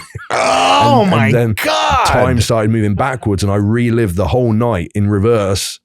Yeah, it was and then my shroom dealer ripped me off, bro. No, I just felt anxious for half an hour. This was ridiculous. Holy shit. Okay, so what's ketamine like then? Jazz said I sat there going, am I inside or am I outside? How long does that last? Oh, that is too long. What's too long? It was maybe a minute. It was less than LSD. It wasn't that intense Hours. The whole time. Oh, it was about 6 hours. Yeah. Scott, write that down. 2CB, we're on it. Does that fuck your brain up or make you an addict or degenerate? No, actually, it's similar to shrooms in the sense that it's like a HT2A agonist. Hard reset. Yeah. Well, I've never had any kind of come down or anything from 2CB. I have from MDMA, badly. MDMA is fun while you do it, not so fun for a day and a half after. Yeah, me and my wife had a solo session last weekend. My man. Actually, yeah, we do it quite frequently. The MDMA and the body touching. And 2CB. And I'm not even going to say at the same time? Yes. She's like, touch me. You're like, where? She's in 5 different parts in your visual field. MDMA, 2CB, nitrous, ketamine. All at the same time. This definitely shouldn't go on YouTube. Why? You know, Scott, is this violating policies or something? Not at the same time, but staggered throughout an evening. Oh, nice. Wow. Yeah. You really like to I've get got into it down, your... like most things in my life, to autistic precision. My man. The alarms on the phone for the perfect timing. And well, yeah, like, you know, if you can still read an alarm on a phone, Joe. Some of these is a little bit more. Have you ever done this one? You like close one eye and somehow. What does time mean? What was ketamine? Oh, sorry. Like? We were talking about NMDA antagonists. Yeah. So ketamine would be one of them. Magnesium's one. Agmatine sulfate's another common one. Okay. You know, these are considered neuroprotective because they reduce excitotoxicity, like glutamate excitotoxicity. Yeah, your brain just cranking at too high a speed, basically. And hypothetically, I at least believe androgens have a potent impact on glutamate and that kind of excitatory signaling. So I think something like magnesium, specifically the L3 and 8, that seem to have the greatest efficacy of crossing the blood-brain barrier, would be the best option for a bodybuilder type, And also, I think things like lithium orotate are a good idea, which is something like lithium's people are going, lithium, you know, it's because it's traditionally used in like bipolar, for example. That would be the carbonate form. You know, low dose lithium microdosing to, again, reduce excitatory, because it directly inhibits norepinephrine secretion. I think that would be a good idea as well, like 5 to 10 milligrams. Do you ever have people dealing with like getting on anti-anxiety drugs to try to bring down their anxiety from gear? Or do you think that's like a last line of defense? Well, the thing is, like, yeah, a lot of people do get prescribed. What kind of anti-anxiety drugs are you talking about? Like beta blockers? Beta blockers. There's a few more that aren't coming to mind right now that folks have messed with. There's a couple benzos. New ones that do okay. No, not benzos typically. The problem with those is you cannot manage. The key, the word being, I don't want to get too philosophical here, but the key word being manage. Managing something is not the same as fixing it or healing it. Sure. You know? So I would generally discourage, and this is coming from somebody that's had an anxiety disorder, you know, I would generally discourage the use of things that manage things. We know the only way is to desensitize the nerve, because anxiety is just a nervous system response. You know, it's your perception of it. It's funny.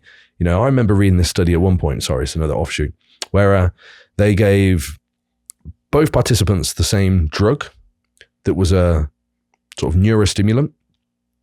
And then they had the research participants act extremely stressed in front of one group and then excited and happy in the other group.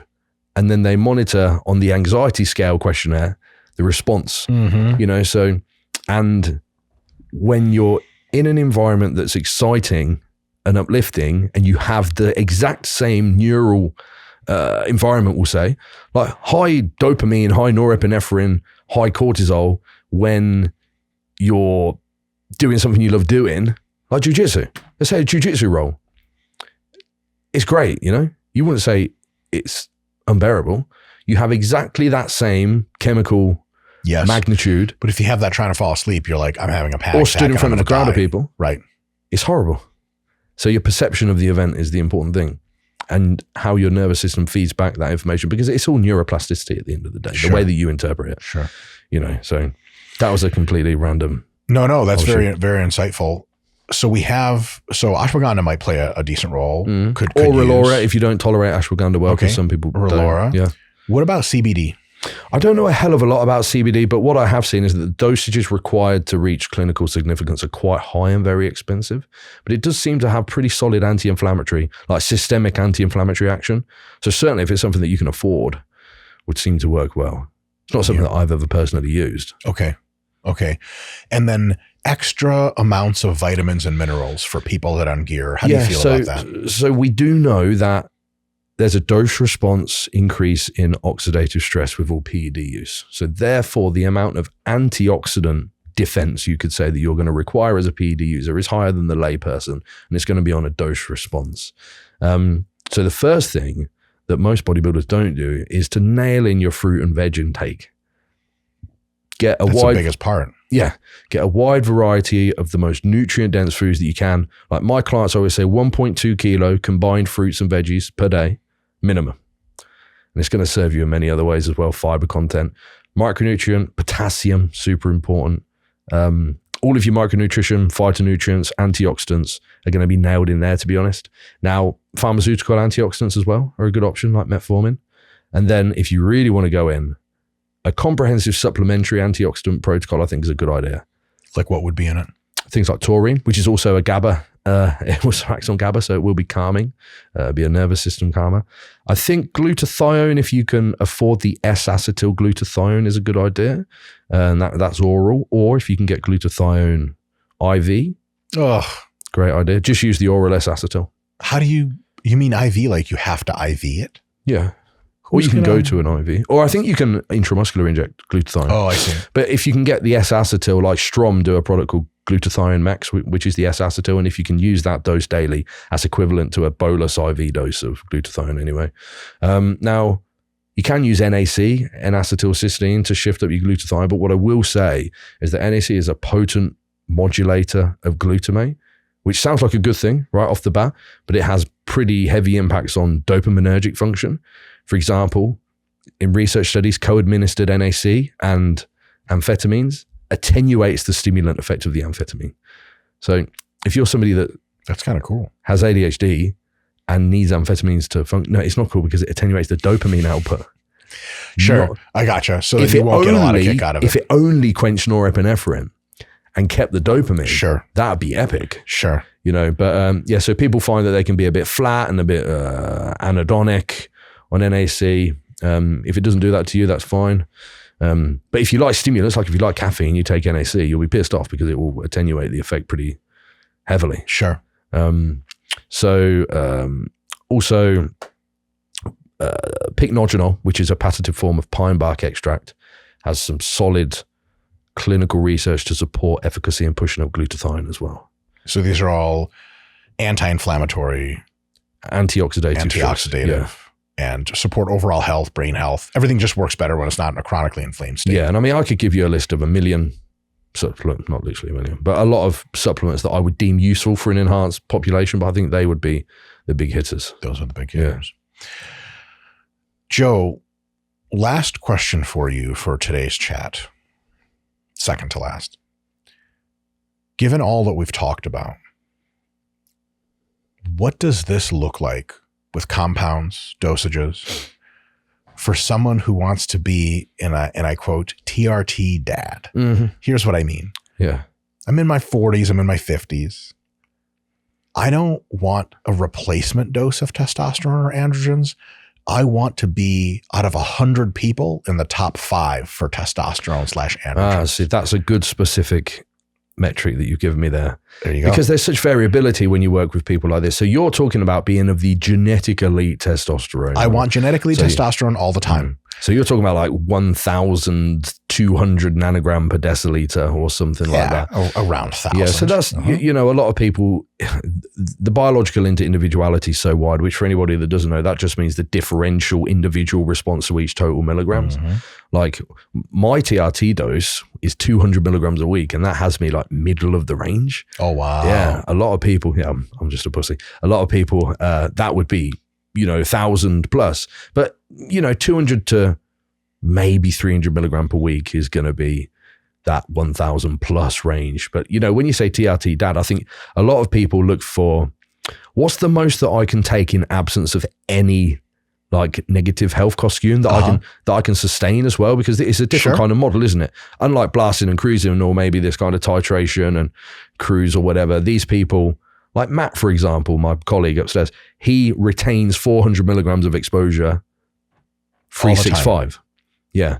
Because over time, we've sort of delineated that at this level, his blood work looks like this, and it always comes back like this, and his echocardiogram doesn't change every 6 months. So currently he's sustaining that exposure, no problemo.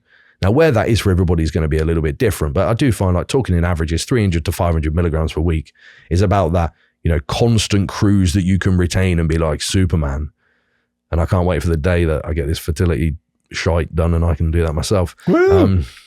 Don't cheer too soon, man. I could have years left. Okay.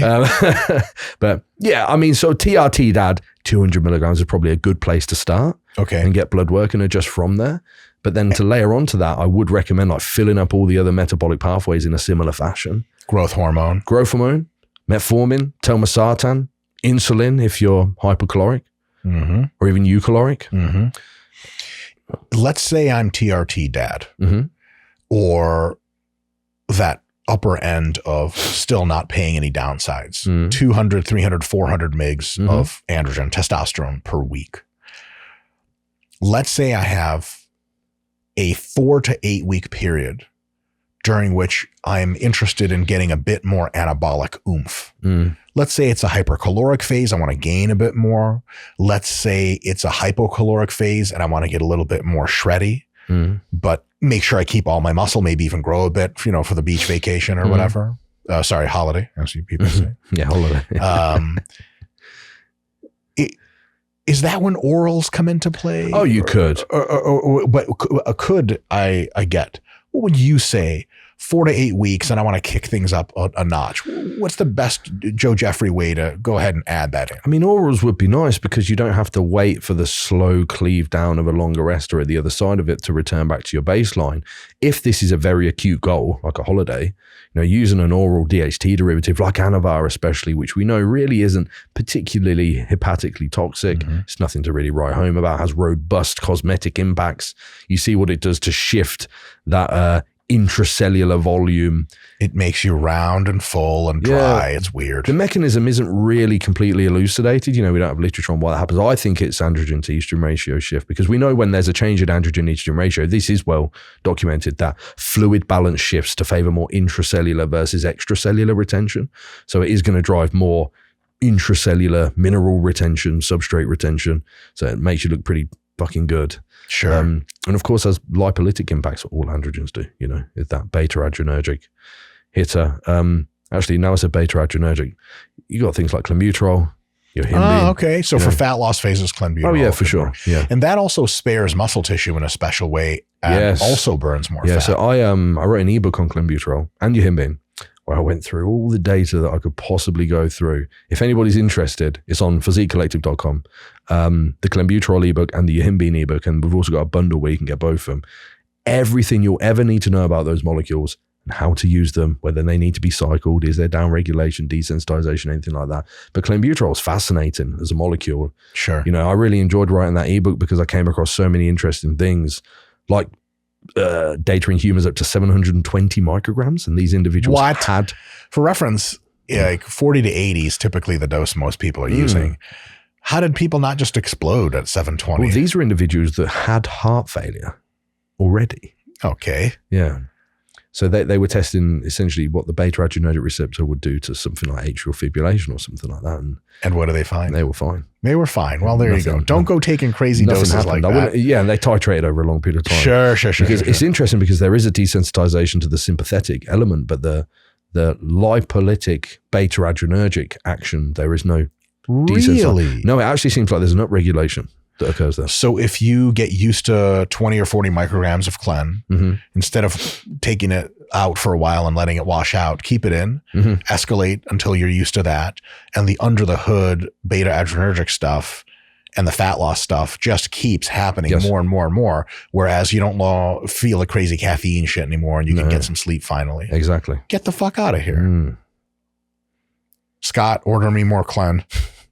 I've never taken clen. Stimulants are not for me. Oh, really? No, psychologically, it just... you might be like me. What do you feel like when you take stimulants? Anxious and very precise and not creative. Yes. Like I can do math problems like you would never believe. Yeah. But also if I have to interact with other humans, it's bad time. Yeah. Yeah. Unfortunately, I just keep taking them. My man. Yeah, it's tough to quit them, but once you quit them and you norm out, you realize there's like gradations of emotion you haven't experienced in a long time. That just the scream of stimulants has kind of washed away. Joe, as far as getting your own responses to these things that we talked about today, how often is blood work recommended, and what are the tests people aren't getting but they should be in their blood work? Because everyone gets the overall panel. That's and we'll just talk question. through all the tests. Like, just you don't have to describe any of them. Just which test should I be getting and how often, just to stay on the right side. Oh, well, I think we all know sort of the basic blood panel when you get hematology. You know, your RBC panel that's going to have hematocrit, hemoglobin, et cetera, et cetera. You know, people are used to getting your normal renal panel that's got metabolic panel, renal, kidneys, liver, EGFR on it, maybe got HbA1c. If I was going to talk about numbers that I think more bodybuilders should get, I think cystatin C is a great one. Okay. Inflammatory marker. No. What is it? It's a renal marker. So you're thinking about C-reactive protein. My bad. I'm a fucking idiot. Cystatin C. So for example, you know, I bet your creatinine is always heavily escalated on your blood work because you're very muscular. A little bit, yeah. Yeah, so creatinine is part of the EGFR equation. So you've got a false escalation on creatinine that's then feeding into that GFR equation and pushing your GFR in a false direction because it's escalated due to muscle mass, not due to your renal failing kidneys. Yeah. So cystatin C eliminates the creatinine element from the equation. Yeah. So you can, HbA1c for blood glucose long-term monitoring. Again, like, no one's ever really diabetic in the sport, so just doesn't matter. I like Homer IR for insulin sensitivity. And then I think a urinalysis for microalbuminuria as well. If you've got any renal issues, is a good idea to get a really clear view of what's going on there. But I'd more so, because bodybuilders are good at getting blood work, and do you know what? It's not hard to have good blood work. You know, people can have good blood work and not be particularly healthy. You know, what I will say is as well, lipid-wise, HDL attenuation is going to occur from androgen use. There's nothing that you can do about it. Sure. We know that androgens mediate a decrease in HDL. We don't actually know if that means anything. So whether it's important or not, we can't say, but we do know that LDL has a causal relationship to cardiovascular disease. The higher your LDL, the worse it is for you. Yeah, so LDL is one that absolutely you need to control. But if you have heavy genetic LDL skewing, there's nothing you can do about it. Echocardiogram is going to be your main port of call to look at cardiac. And how often should you be getting one of those? Every 6 months, ideally. An echo? Yes. Holy shit. I mean, my preference would be, but at least once a year. Once a year. Yeah, and so then the blood work every 6 months or every 3 months. I'm talking competitors. Competitors, people really crank it. What about TRT, Dad? How often does he need that? Once a year for both. Yeah. So once a year, a good solid health screening with an echo. Might as well throw an EKG in there. If you can get like cardiac ultrasound. Yep. What I'll say about the echoes as well is what I would recommend that you do is keep a sort of detailed log of all of your PED use. And then every time you get an echo, monitor the changes in ejection fraction and ventricular hypertrophy. And you can run this kind of calculation. Okay, X exposure, X milligrams over the last 12 months did this. So prospectively, if I do X milligrams over the next 12 months, it might do this. So that you prevent yourself running into that sort of negative, let's say 55% ejection fraction where you don't want to be doing this thing anymore. Right. The idea with blood work is to give you some warning time to change what you're doing. Not to just tell you, hey, you're dying. And you're like, oh, fuck it. Yeah. And blood work often is a bit like, you know, a door that you need to open to investigate further. As well. Yeah. You know, I think cortisol is a good marker to get as well for, it's quite hard for us to get in the UK, but I think. Oh, weird. Yeah. DHEA as well. I would check. It's not a normal one that you see. Or pregnenolone sulfate as well is another one that I think is worth checking in on. They're the only unusual ones I can think of right off the bat. Sure. If this is all too confusing for me as a viewer, it's too confusing for me already as a host. How do I get in touch with you or somebody like you to help me out? Right. So the absolute easiest way to access all of my material or ask me a question, or I can almost guarantee answer any question that you already have, is to get the Physique Collective app. So if you go on the App Store or the Play Store and search Physique Collective, the app will pop up. It's only $9.99 a month. You can sign up and get the answer and cancel it if you want. It's fine. Because it's still a passion project for us. We don't take any money out of the company or anything like that. So we are really trying to just develop the most comprehensive educational experience for PED use. We've got something like 300 hours of video content on there. Holy crap.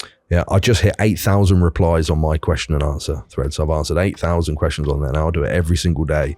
So if you sign up, I can almost guarantee the question that you got's already been answered, or there'll be a video on it. Videos are in all languages, subtitled, easy to find, etc.